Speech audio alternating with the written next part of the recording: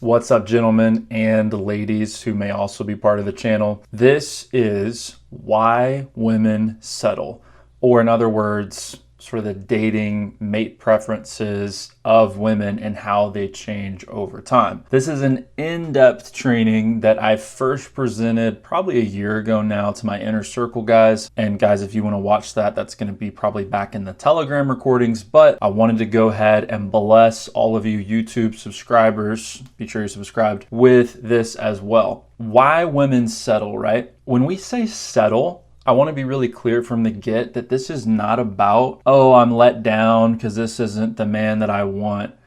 It's not quite that.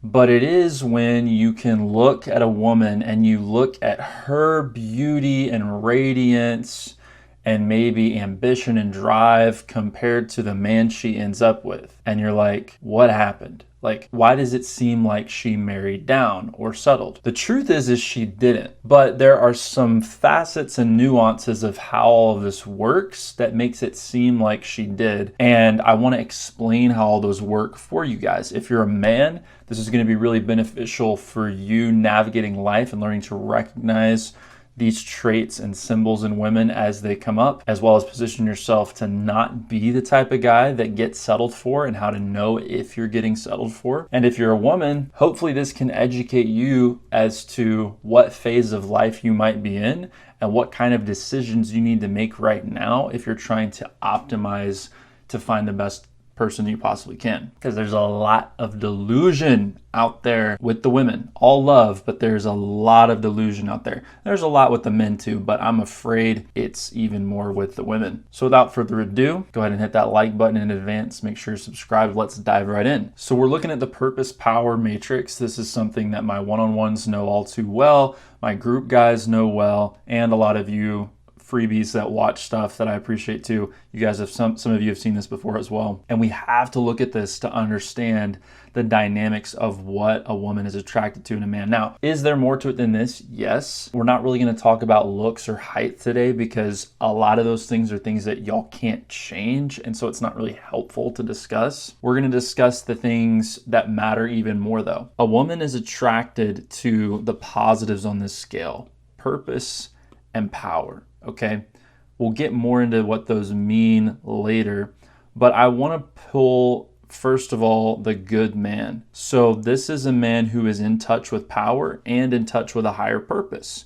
So it's not that the villain or the victim are not in touch with purpose, but it's more of a delusional, deluded, self-centered purpose. So you'll kind of notice this axis right here crossing down into delusion from purpose. It's going to be more about self. And then the above is going to be more about others. So the good man is a man who is in touch with power and in touch with a good purpose. So this is hard to find. This is a rare type of man, and this is a fact that women are well acquainted with and often bemoan. A good man is respected by men. He's not flashy. High quality women don't just want to hook up with him. They want to marry him. He lives to give, but he always ends up receiving. So he's always doing fairly well. Even though his mission is outward, he is often receiving plenty of blessings as well.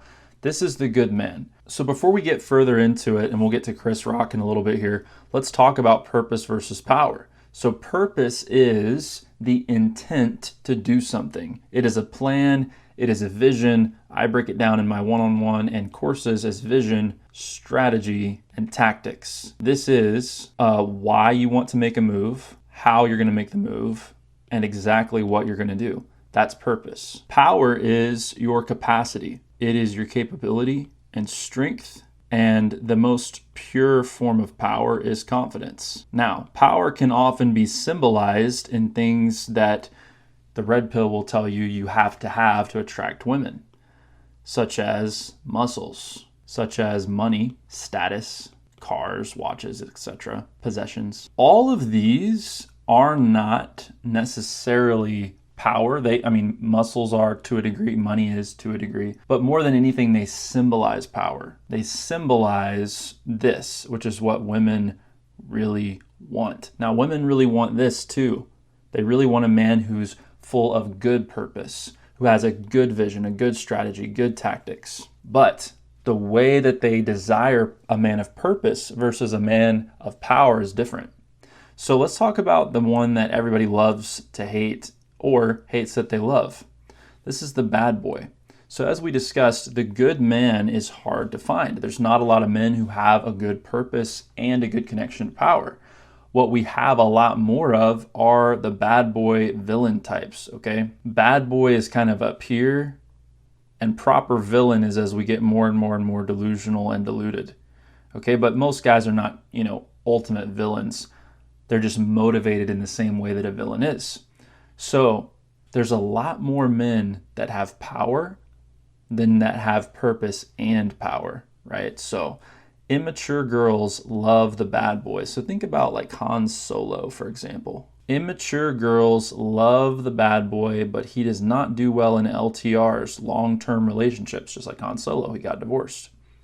Weak moral compass. He acts righteously only to feed his ego. He may do the right things, but he does so to feed his ego. He's obsessed with his image. So Han Solo fits the bill pretty well here. And again, the purpose here is more about self than others. It's more of a delusion. It's more of a deluded purpose.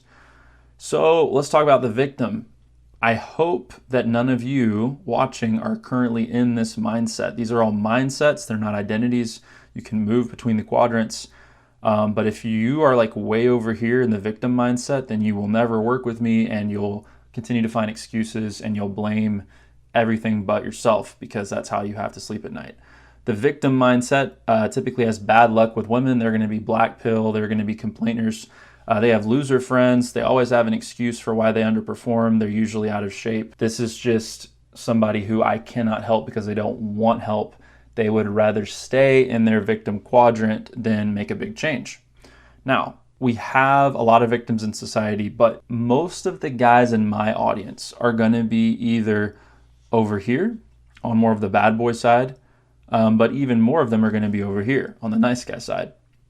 So the nice guy is somebody who is not in touch with power, but has a degree of connection to purpose. The reason why the opposite of power is impotence is because it's not that you're weak if you're impotent, it's that you don't have access to the power that you have. The same is true for the nice guy. The nice guy has a lot of strength, actually.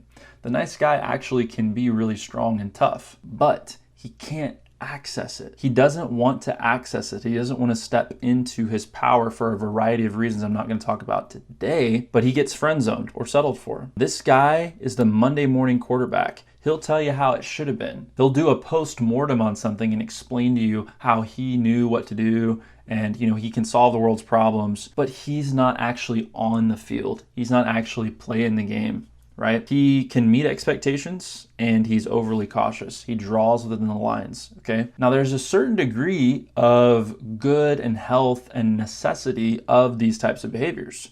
And he often thinks that he's doing all of these things for the sake of others as well. And as I said, he either gets friend zoned or settled for. So it's not that he doesn't get women, but usually when he does, they're going to be women that settle for him. So with this basic framework in mind, and knowing that we have maybe 5% good men, maybe 15% bad boys, and then maybe like 30% nice guys and the rest victims in society, I want you guys to watch some of these commentaries, right? So let's hear what Chris Rock has to say about the nice guys. Women don't like nice guys. Say they do, don't. They got to have an asshole first. Every woman goes through an asshole phase. They gotta go with Ike, then Mike. That's right. You know what's bad? If you're a nice guy like me, you always get women after they've been out with an asshole. So now you gotta be their boyfriend and their psychiatrist to help them get over this psycho. That's right. So what he's describing is the typical path that most women take, okay? The typical path that most women take is they start off chasing and enjoying attention from the bad boys, and here's why. We're going to break down how purpose and power tie to attraction right here, okay? So purpose, a man who's well connected to purpose, is the type of man who a woman looks at and something within her soul, her heart, it doesn't have to be conscious, but it's the overall vibe of a man that is strong with good purpose, is this is a man that I want to raise babies with. Okay? It's not always about babies, but it's about the traits that go with what it takes to be a good father, which, funny enough, both the nice guy and the hero actually have. So they have predictability, stability. They do what they say they're going to do. They're loyal. They're faithful, right? The nice guy and the good man can both hang in that realm. The other side of attraction, though, which is just as important, is power. And a man who exudes power is a man that she doesn't just want to raise babies with.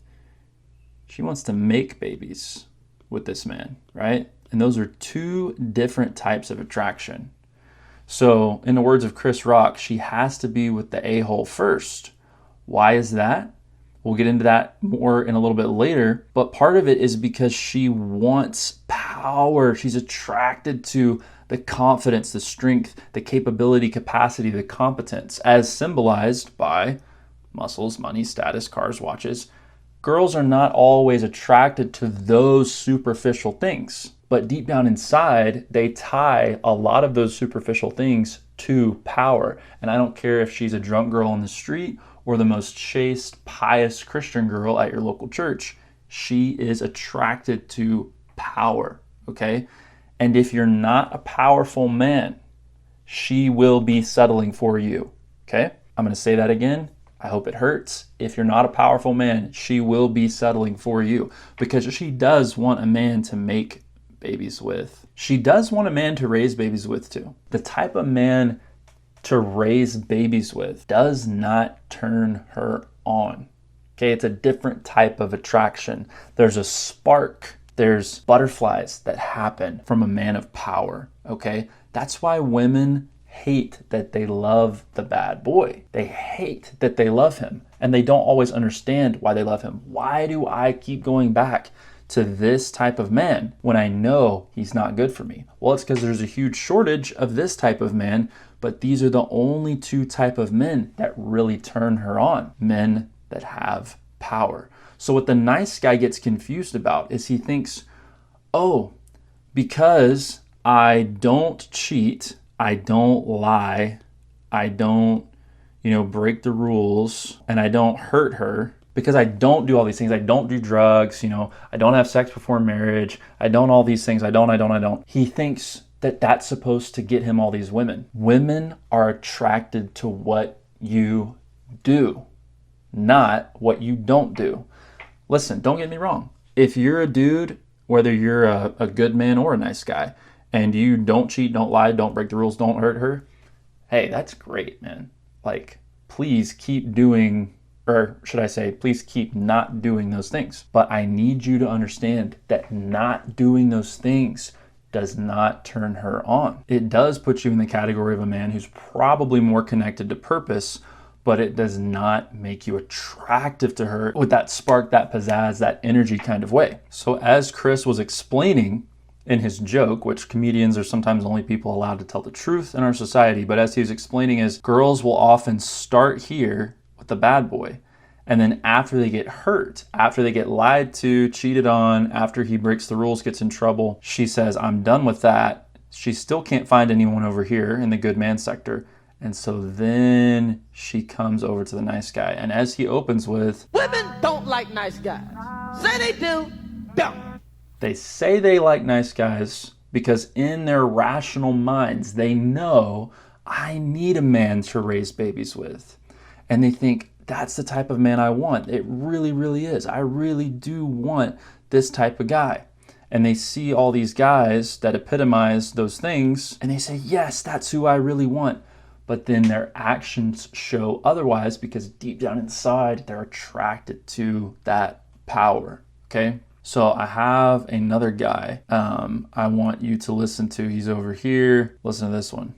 I did some research. I found out that most women never marry the man they really want to be with. Oh, I'm about to mess up the church's money, ain't it? Let me tell you, this is how I figured it out. Let me tell you something you've never heard a man say since you've been alive. You've never heard a man say this since you've been on this planet. You've never heard a man say, she grew on me. Ain't that the truth? You've never heard a man say, she grew on me. So we're going to get into this. Why is it that women will sometimes eventually warm up to and settle for the nice guy, right? You'll never hear a man say that. Oh, she grew on me. It's because our brains work different. Our attraction works different. But every woman knows a woman who would say in front of the man she loved, committed to God, financed the wedding and his family. When I first met him, he was not my type at all. He was short. He was going bald. He had little small hands. I don't like men with small hands, but I mean, eventually he grew on me. That is the rudest thing to say about a man you spending the rest of your life with. This man grew on you like a scab, like a wart, like eczema, All right, so message is really clear there. There's a lot of women who will say that about their spouse. We're getting into exactly why that is right now. We kind of alluded to it with the purpose power grid. It's that they start over here and then they realize, hey, these guys aren't actually doing it for me. And so then they swing it up over to here because they still can't find this guy, the good man. I want to get into some case studies of this, and I'm seeing an epidemic of this on Instagram where these female dating influencers, and you're going to see they all have something in common, are encouraging women to give guys a chance that they're not physically attracted to. And by the way, yes, we can talk about height and looks, but those are only part of what makes up the physical attraction for a woman. That's what you guys don't understand. I've got clients that are tall. I've got clients that are short. And let me tell you, the short clients that understand how this stuff works do way better than the tall guys who don't. It's just, if you want to sit there and blame height and looks, then please stay in this quadrant. Stop watching the video. You're going to continue to be frustrated by my content. But if you're open to the fact that women see more than meets the eye, keep watching. Physical attraction is not just about the physical for them. It's about, does he exude power? Can he make her laugh? Does he have a strong demeanor? Is he masculine? All these things exude power. So when a woman is attracted to a man, there is a sense in which she feels that he is a powerful man. So let's look at some of these case studies. I mean, look at this. Our comedian over here, I forget his name, but this guy, talking about how rude it is, right? How rude it is to be like, yeah, he grew on me like eczema or moldy cheese, right? Like, so rude. But that's literally what, I mean, bless this guy's heart, that's literally what she's doing. Like, oh my gosh. Date the guy who makes you feel safe. They're your biggest cheerleader, right? Notice those themes. Emotionally open. You don't need butterflies in your stomach. You need an equal participant who calms your nervous system, right? She's literally saying, hey, you don't need what this guy can give you. You need someone who feels safe, right? What she is not saying is what you really want is this guy who can do both. He can give you butterflies and help you feel safe. They're just so freaking rare that women are settling. We're going to get more into why, but here's the caption. If you're used to feeling an intense spark and falling fast, only to end up hurt a few weeks or months later, aka if you've been dating bad boys and you're used to like chasing men that you're actually attracted to, but it doesn't work, this is for you. You need to settle for the boring guy. Okay, look at this woman. She's not 22. Okay, we're gonna put it that way. She's like late 20s, early 30s probably, right? Now, what she's signaling here are some bad boy, red pill type behaviors. Your dream partner is not the guy who hits you up last minute with the you up. He's not the guy who leaves you on scene. He's not the guy who woos you with no depth. So the guys who do that are not nice guys and they're not good men. They're the bad boys. The bad boys hit you up last minute, leave you unseen, thrill you and woo you with no depth. Victims don't do that. Nice guys don't do that. And good men don't do that. Bad boys do that. She's exposing herself. She's been and look at this guy. I mean, love him to death, right? Does not look like a bad boy at all.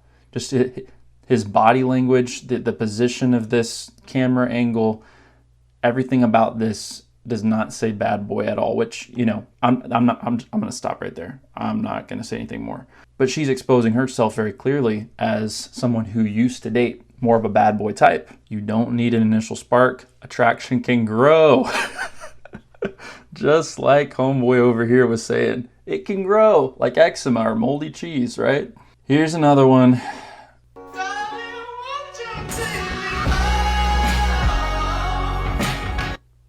You healed your view on men after being treated poorly for many years.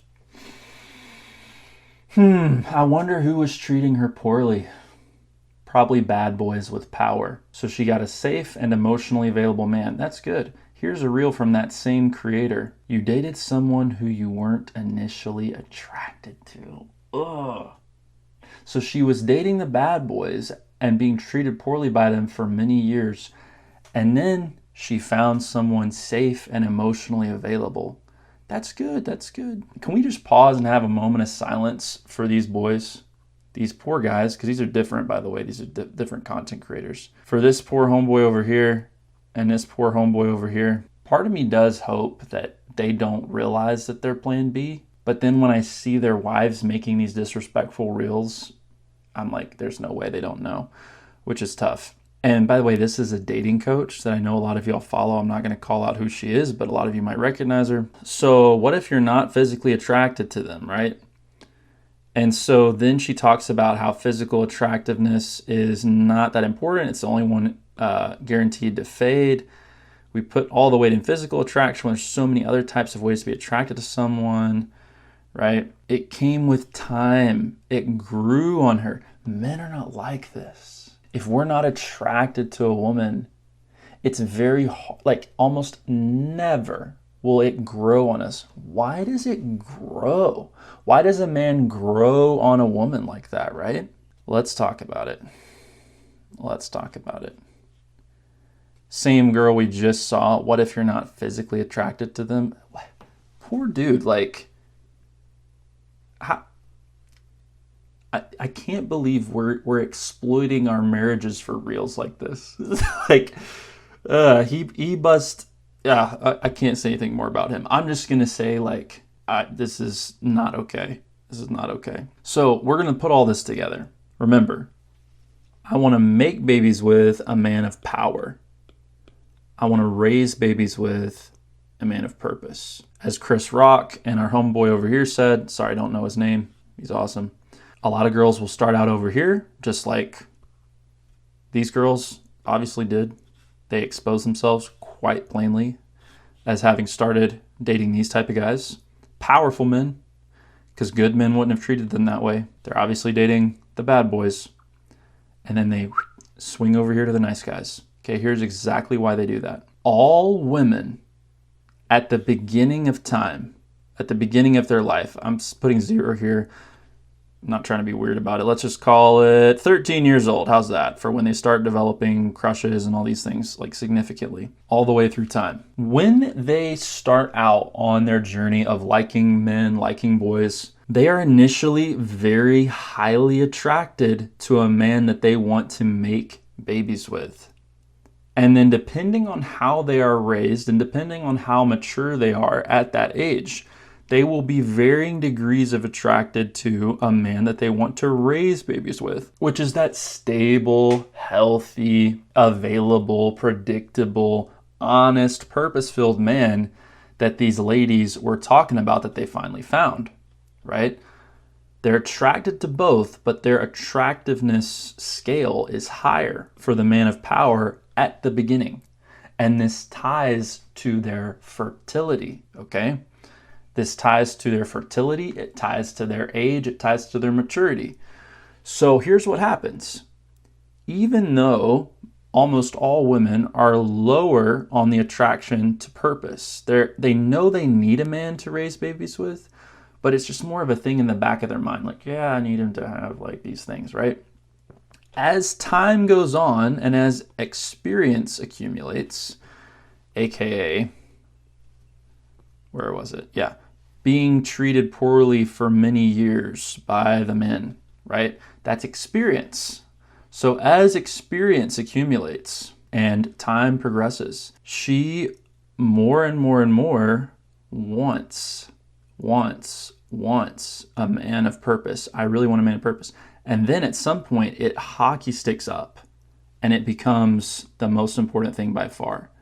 This is why we have the 60-year-old cat ladies that express regret over never finding a good man, is because at some point the desire for a man to raise babies with absolutely hockey sticks.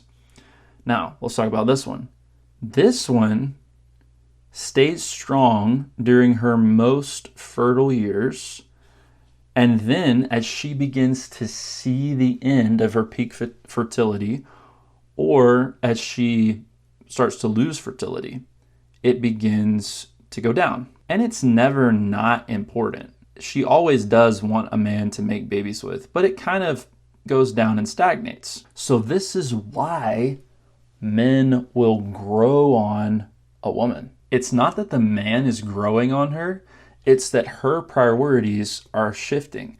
Whenever she realizes, oh, I think this man has grown on me, it's just a reflection of her going through this crossroads of attraction, where she now has flipped. Because the truth was, she didn't ever really see this guy as a man that she wanted to make babies with.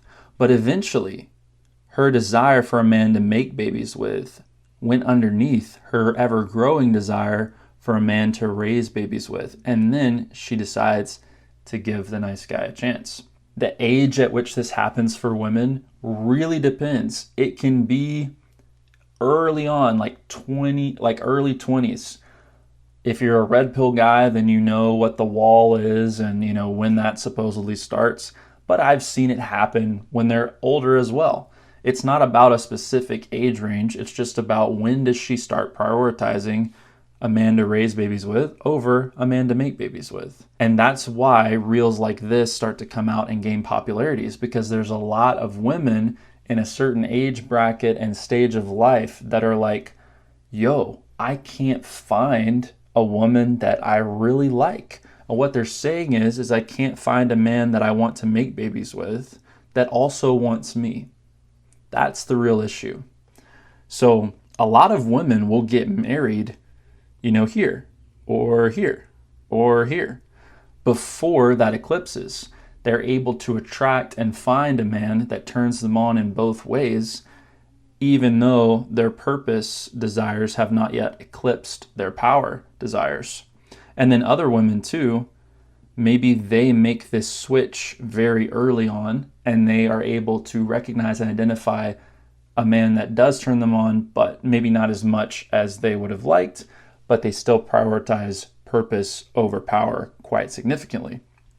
And they end up marrying a very decent man, a very good guy. But the problem is the longer women wait, the more time that goes by before this transition is made, the less likely they are going to be to find a man that they're really crazy about physically. It's not that those men won't exist, but it's that those men won't want them. Okay? And that has to do with how men are wired. Again, men are not wired where, oh yeah, she grew on me. Men are wired differently. Okay? And that's a topic for another video. So let's do some takeaways.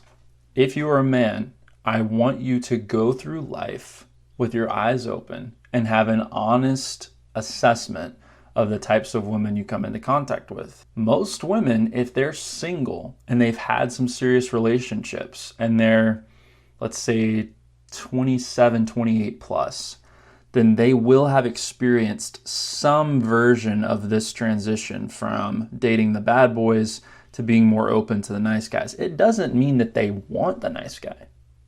It doesn't mean that that's who they're going to end up with. but they will have experienced some transition of that.